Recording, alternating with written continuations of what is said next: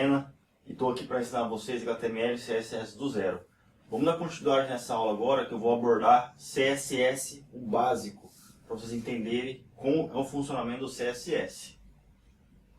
Bom, o CSS ele serve para criar estilo às nossas tags HTML. Existem alguns atributos e uma sintaxe aí a ser seguida. Ou seja, o HTML começa da seguinte maneira. Vem sempre primeiro o seletor, pode ser tanto o nome da tag, ou a classe, ou a ID, que essa classe e ID será abordado na próxima aula. Mas sempre vem o seletor primeiro, abre chaves, fecha chaves. Tudo entre a abertura e fechamento das minhas chaves vai ser a propriedade e o valor, um atributo que vai ser aí uma estilização visual no nosso CSS.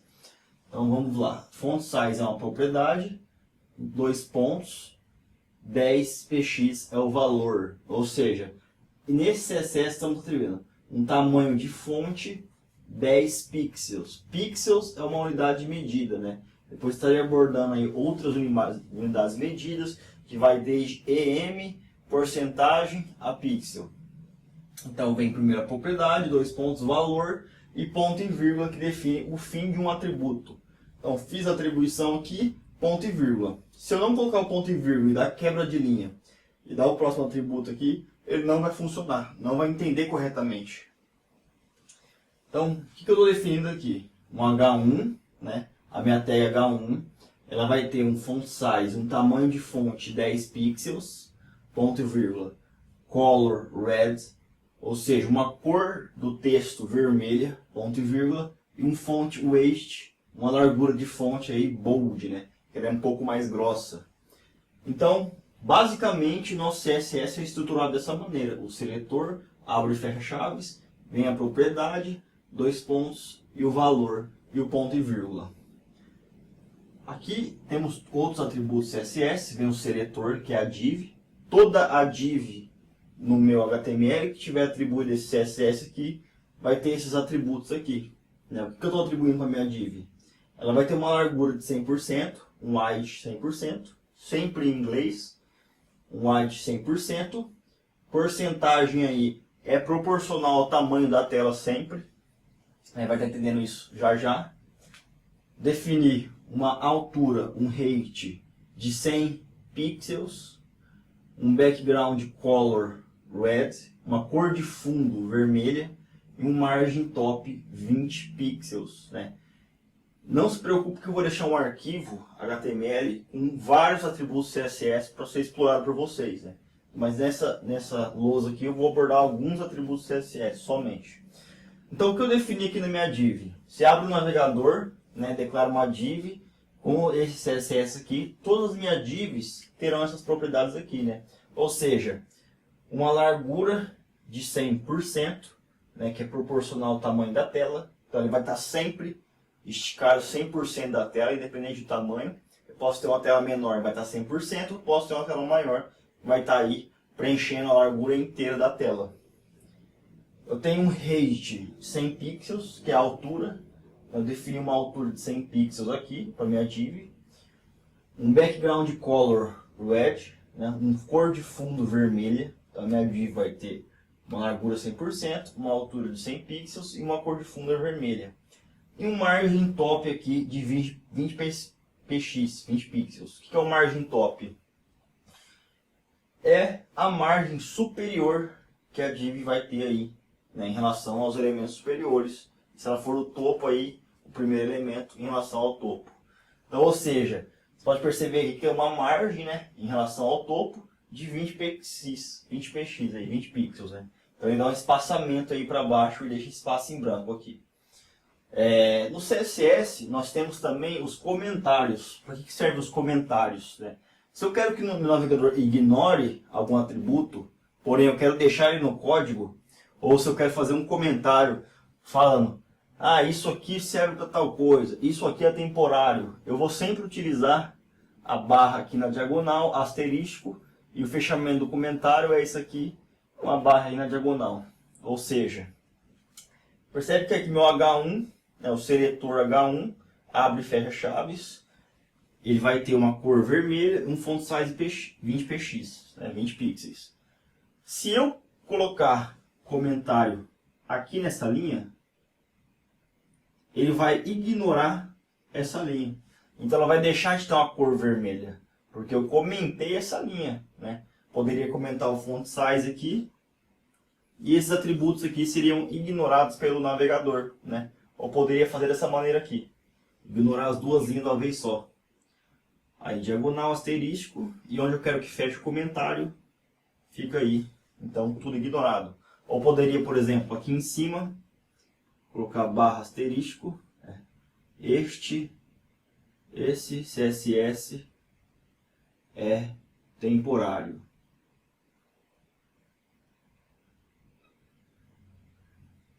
Então, para que serviria esse comentário?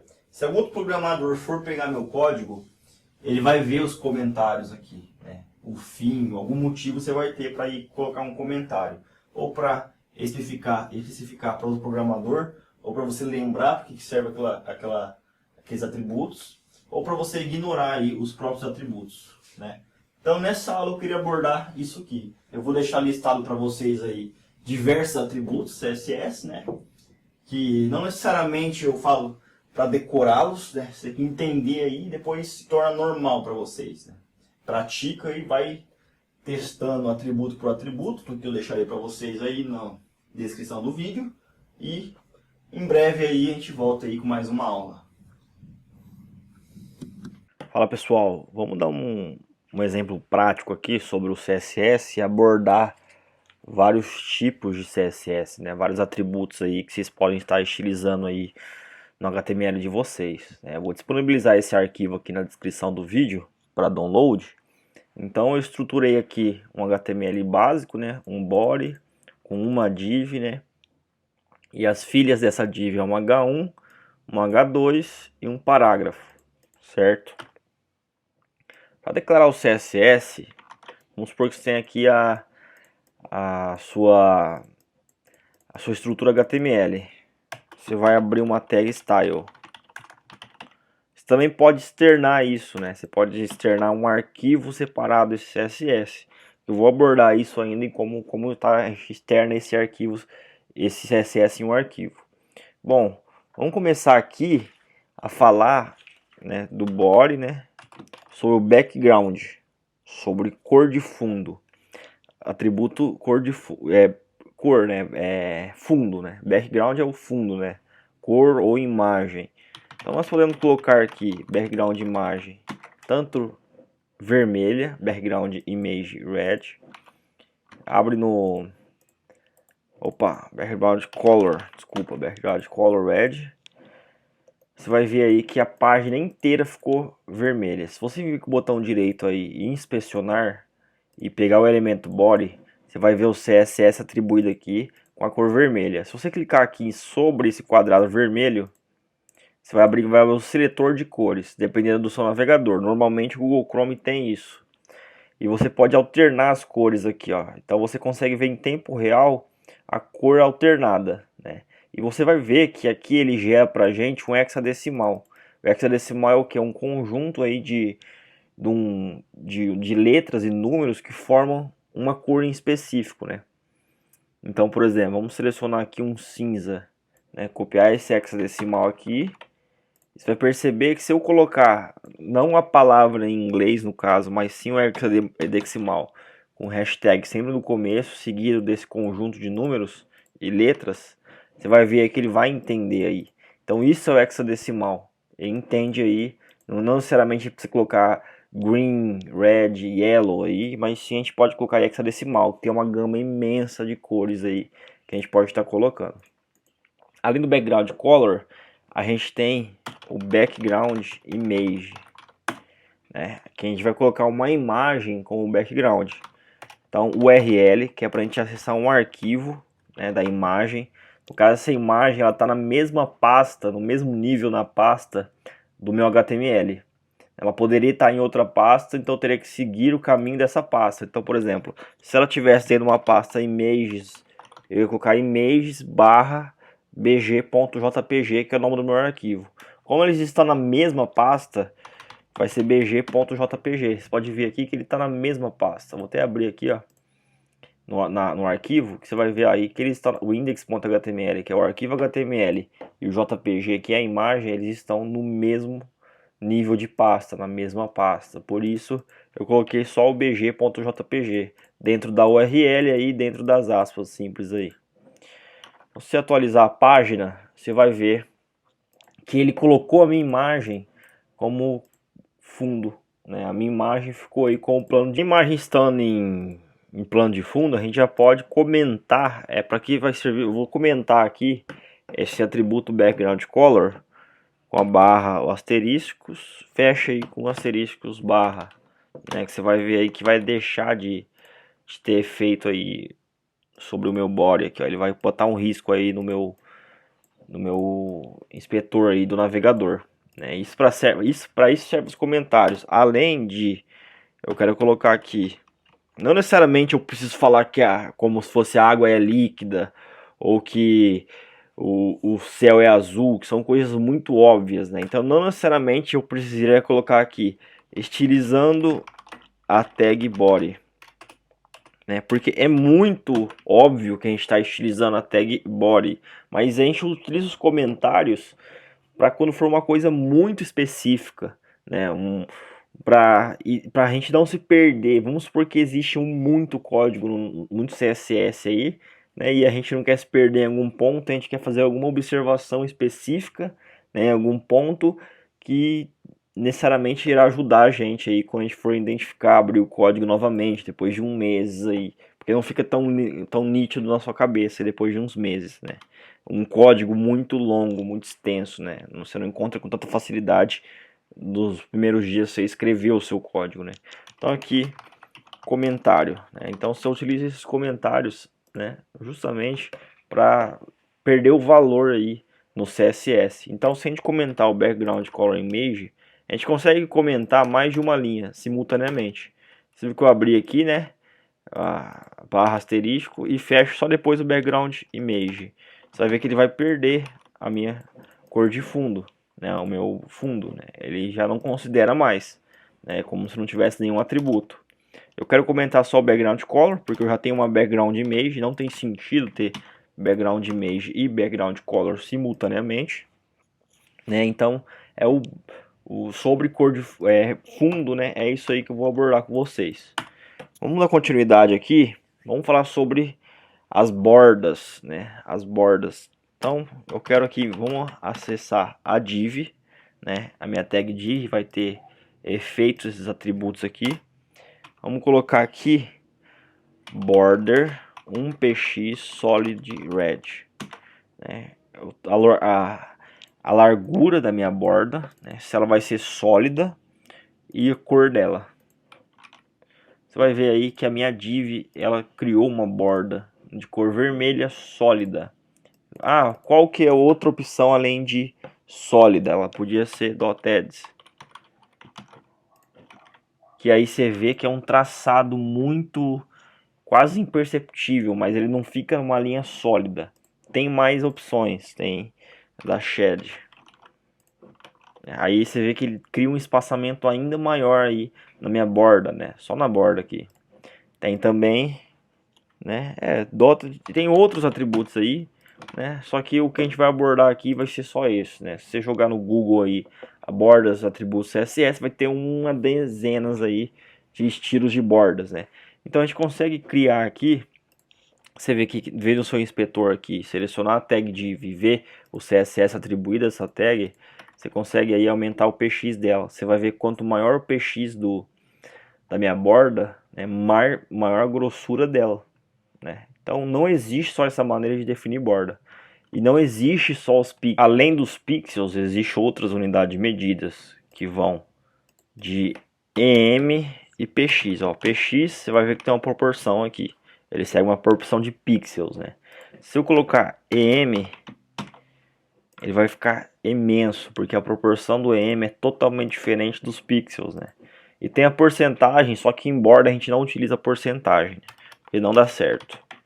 Mas em largura, altura, a gente consegue utilizar porcentagem. Então aí, border 1px solid red. A gente tem outras maneiras aí de estar colocando esses mesmos atributos, né? Diferente dessa aqui. Tirei a borda. Eu quero definir border style. Aquele primeiro atributo é uma forma resumida de se fazer da maneira que está fazendo agora, né? Eu quero dotted, né? Que é a borda estilo. Então, em vez de ser tudo numa linha só border, a gente vai meio que fragmentar aí esses atributos, né? Border style dotted, border width, quero colocar 2px, que vai no lugar desse 1px aqui, né? Vou colocar na ordem aqui para ficar mais coerente. Então, border width 2px seria aqui no border 1px, border style dotted seria aqui no lugar do solid, e aqui o border color red no lugar de red. Então, você vai ver aí que teve a mesma representação visual, né? Então, isso aqui é uma maneira resumida de se construir aí a borda sem ser fragmentada. Só que tem uma explicação para a gente conseguir fragmentar, para a gente conseguir criar inúmeras possibilidades aí de bordas. Então existe também como a gente definir a borda esquerda, direita, cima, baixo. Border left é a borda da esquerda. Eu quero que ela tenha 2px, seja dotted e blue.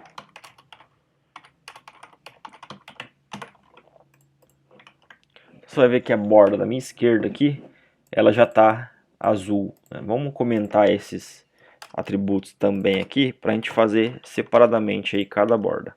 Então só minha borda esquerda passou a ter esses atributos, porque eu defini border left. Também tenho border top 2px, quero que ela seja sólida e vermelha. Você vê que já mudou aí da borda esquerda em relação ao topo.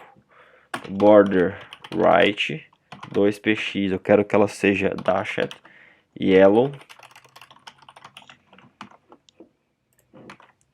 Já mudou aqui, ó, tá bem difícil de ver, mas ela tá com uma borda aqui do lado direito amarela. E border bottom para completar. 2px solid, vou colocar um verde aí, green. Então aí você vê que a gente consegue atribuir individualmente uma borda para cada canto da nossa div, né? Ou outra tag no caso, podia ser qualquer tag com uma borda. E além das cores aqui atribuídas em inglês, a gente consegue atribuir as cores em hexadecimal. Vamos abordar agora, né? Esse aqui foi as bordas, né? Deixa eu comentar aqui. Bordas. Beleza. Vamos abordar agora as minhas margens, né? Margens. Bom, existe a maneira genérica de distribuir uma margem 10px, que vai ser para todos os cantos. Colocamos margem 10px, o que? Para todos os cantos, direita, esquerda, cima, baixo, ele colocou a margem 10px, que seria a maneira abreviada de se fazer essa atribuição, como se fosse border aqui, né, com a maneira abreviada, e tem a maneira fragmentada, né, que é a mesma maneira aqui do border, white, style, color, existe a maneira de fragmentar aí a minha margem. Se eu colocar margem top 20px, deixa eu comentar isso aqui, ela vai definir o que? Só a margem superior vai ter 20px. Como que eu consigo ver essa margem aí de maneira mais visual? Se você passar o seu mouse no inspetor em cima da tag, você vai ver que em amarelo ali, em cima, acima da div, ele está em meio que um amarelo laranjado ali, significa que tem uma margem ali em cima. Só que eu quero agora minha margem left 30px. Então a minha margem esquerda vai ter uma margem maior do que a margem esquerda, superior no caso. Quero a margem lá do lado direito. Margem lado direito. Quero a margem bottom.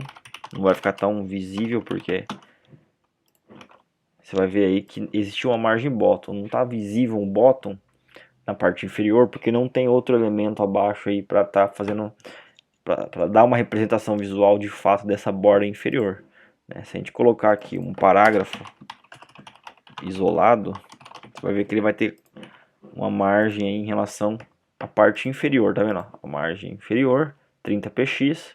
Vamos aumentar aqui. para 80, você vê a diferença. Você vê que vai aumentar aí a minha margem, né, 80px. Então aí são as margens, né. Vamos falar agora sobre os pagings. Pagings são espaçamentos internos, né. Vou dar uma explicação bem para ficar bem claro. Se você reparar aqui na minha tag, na minha div, você vai ver que meu subtítulo, título estão totalmente colados à minha borda. Totalmente colados aqui da minha borda. Então, uma representação visual ruim, né? Está totalmente colado. Como que a gente faz um espaçamento interno? Paging 10px. Da mesma maneira que existe a maneira abreviada de se atribuir os pagings, tanto para lado esquerdo, direito, cima, baixo, que seria paging e atribuir. O tamanho aqui, a unidade de medida, existe como a gente fragmentar esses atributos. Paging left, paging top, paging right, paging bottom. Olha lá, você vê que o paging agora, passar o mouse aí na tag, você vê que ele existe agora um paging interno, né? Se eu abrir aqui o seletor de elementos em tempo real e passar o mouse aqui, você vai ver aí que existe agora uma margem interna, um paging, né? Paging é a margem interna, espaçamento interno. Você vai ver aí 10px, ele atribui o que? 10px para cima, topo, esquerdo, direito e baixo. A gente pode fragmentar isso também com paging left, paging top, da mesma maneira. Paging left 10px. Vai ver aí que ele só colocou um paging na nossa no lado esquerdo. Ah, mas por que que ele não está com colado no topo superior? Porque a tag H1, né, implicitamente, como eu disse na aula anterior, ela possui estilos atribuídos a ela. Então, ele possui margens aí, né, que dão espaçamento aí para a própria tag H1. Por isso que ela não está colada no topo. Só que se eu for aqui na minha tag H1 e atribuir manualmente uma margem de 0px, ele vai ficar colado no topo. Olha lá, totalmente colado no topo, né? Do lado esquerdo não, mas no topo sim, porque eu retirei a margem da tag H1. Só que eu vou colocar um paging top aqui, 10px também. Aí ele deu um espaçamento interno na minha div em relação aos elementos que estão dentro dela, né? Então paging left também é o mesmo princípio, paging right também e paging bottom também. 10px, paging bottom 10px. Esses são os pagings. Vamos falar agora sobre largura e altura. Largura e altura.